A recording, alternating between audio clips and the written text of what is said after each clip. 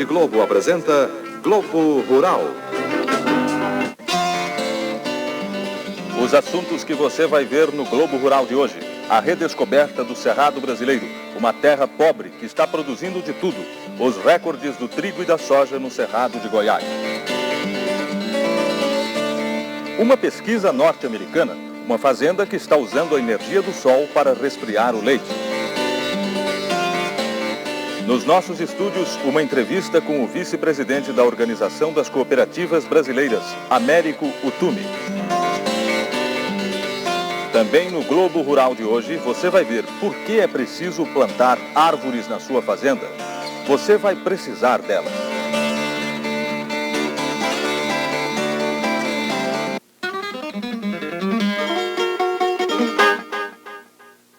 Bom dia.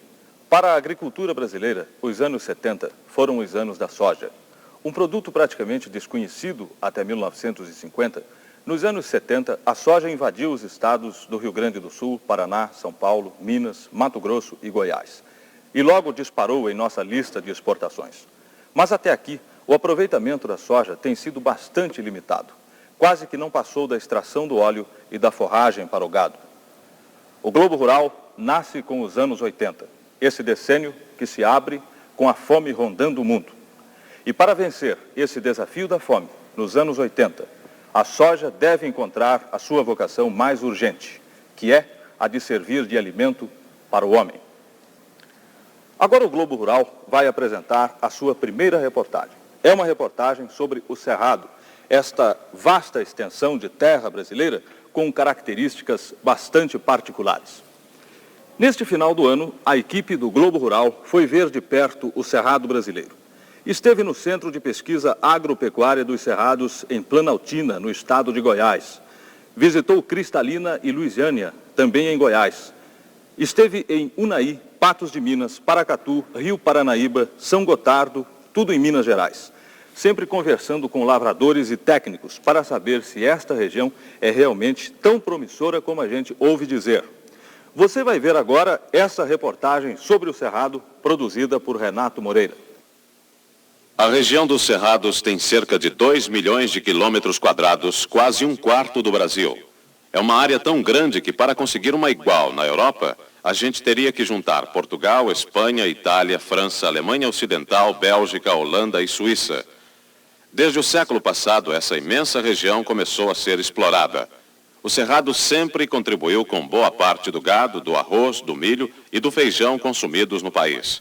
Mesmo assim, o Cerrado nunca teve o desempenho agropecuário dos estados do Sul. O solo do Cerrado é fraco, sua paisagem é pobre, as árvores são baixas, ralas e retorcidas. Mas essa paisagem começou a mudar na década de 60. Brasília foi instalada em pleno Cerrado de Goiás. E com a nova capital vieram as estradas e o interesse pela região. Enquanto isso, no sul do país, esgotavam-se as possibilidades de expansão agrícola e pecuária. Hoje, como diz o agrônomo Glauco Ollinger, presidente da Empresa Brasileira de Assistência Técnica e Extensão Rural, o Cerrado é a principal fronteira agrícola do país. O Cerrado é a grande área brasileira ainda disponível para nós ampliarmos a fronteira agrícola para a agropecuária, para a exploração agropecuária. São aproximadamente 200 milhões de hectares, dos quais 100 milhões são apropriáveis à agricultura. O Cerrado representa indiscutivelmente uma reserva de produção de alimento da primeira qualidade.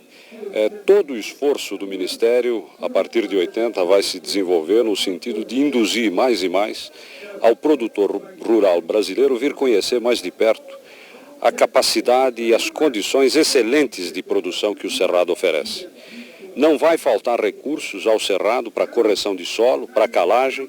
Vamos iniciar uma programação de irrigação, aproveitando os vales úmidos, as várzeas que existem no Cerrado, para que nós possamos conseguir aquilo que nós queremos, uma produtividade mais elevada do que existe hoje em produção em outros lugares do país. Como os solos do Cerrado não são ricos, eles precisam ser bem preparados para render economicamente. Mas as vantagens são muitas. A começar pelo próprio preço da terra, que por lá é muito mais barata. Outra vantagem, O cerrado é plano, o que facilita muito o trabalho de mecanização agrícola. Sem falar que no cerrado não há grandes problemas com a retirada de tocos de árvores, como acontece, por exemplo, na Amazônia. Como em todo lugar, o cerrado tem manchas de terra boa e de terra ruim. Nas várzeas, a fertilidade é maior. É aí que estão sendo cultivados os cereais. Nas terras médias, o uso mais indicado é o de pastagens para o gado. E nas terras piores, o melhor aproveitamento é a formação de florestas. Dentro do programa de reflorestamento brasileiro, que já data mais ou menos 10 anos, nós depositamos uma fé tremenda no potencial que a região dos Cerrados tem para a produção de madeira ou de carvão, de energia, de fibra, de celulose, de papel, etc. Uma comparação, Elmar, entre a mata normal de cerrado e esse reflorestamento em termos de produção por área. A comparação ela é até desleal, porque numa mata de cerrado ralo nativo, praticamente a grande finalidade seria a produção de carvão. Mas os rendimentos são baixos, extremamente baixos, se comparados com o reflorestamento, com o eucalipto, como é esse caso aqui. Para quem está preparando pastos, não há dúvidas de que o cerrado é um bom negócio. Vejam, por exemplo, o depoimento de 2 fazendeiros, um em Goiás e outro no Cerrado de Minas Gerais. Esse pasto aqui nós plantamos o fim do ano passado. Fim do ano passado. Então ele tem que idade? Vai fazer menos de um ano. Vai fazer um ano. O desenvolvimento do gado nessa pastagem é bom? Espetacular. Espetacular. Vocês vão ter a oportunidade de ver, que não tiveram o dia que o gado chegou. Mas atualmente vocês vão ver, é excelente. Os cerrados da região, de um modo geral, são bons? Todos bons. Não tem pedra, nem areia, nem nada. E você vai criar quantas cabeças nesses 90 e poucos hectares? Aqui, depois de plantar esse capim que eu estou formando aqui, cabe 10 reis por hectare. 10 reis por hectare. E hoje, sem formar, quantas reis caberia por hectare? Vou te contar. Nas águas entrava uma, assim, uns 3 ou 4 meses, agora na seca nenhuma. Um dos cereais de que o Brasil tem mais dependência é o trigo. Nós importamos anualmente 1,5 milhão de toneladas de trigo. Para o agrônomo Adir Raul da Silva, o cerrado pode ajudar a diminuir essa dependência brasileira do trigo, porque o trigo do cerrado pode render mais do que o trigo plantado no sul. 3 anos, pelo menos, vimos obtendo aqui na sede do cerrado, nesta área que podem ver, uma produção de mais de 4.000 quilos por hectare. Deste ano tivemos 4.600 quilos por hectare. Com uma adubação bastante forte, o custo seria ao redor de 2.000 quilos por hectare no máximo.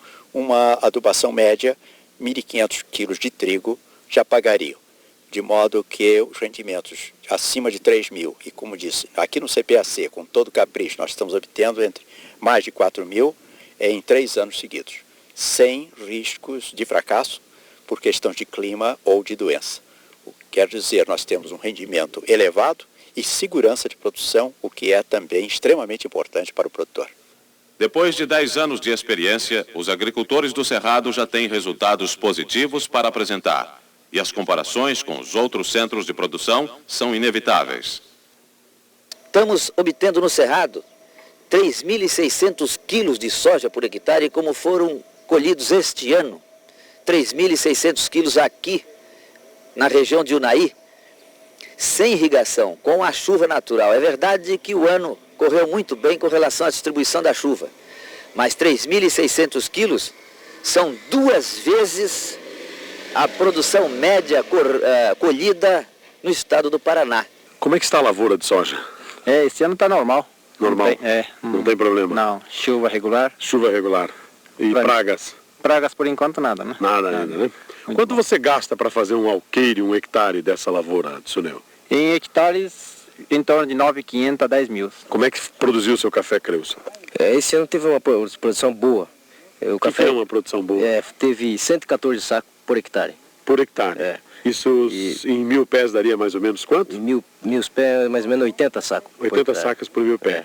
O que você gastou com o que você recebeu deu uma rentabilidade boa? Deu, boa, excelente. E o custo de mão de obra é muito alto?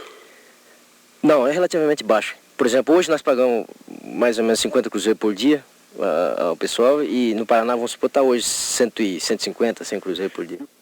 Mas o caso mais conhecido no Cerrado é o do fazendeiro Luiz de Souza Lima, que quebrou no ano passado o recorde mundial de produtividade de soja.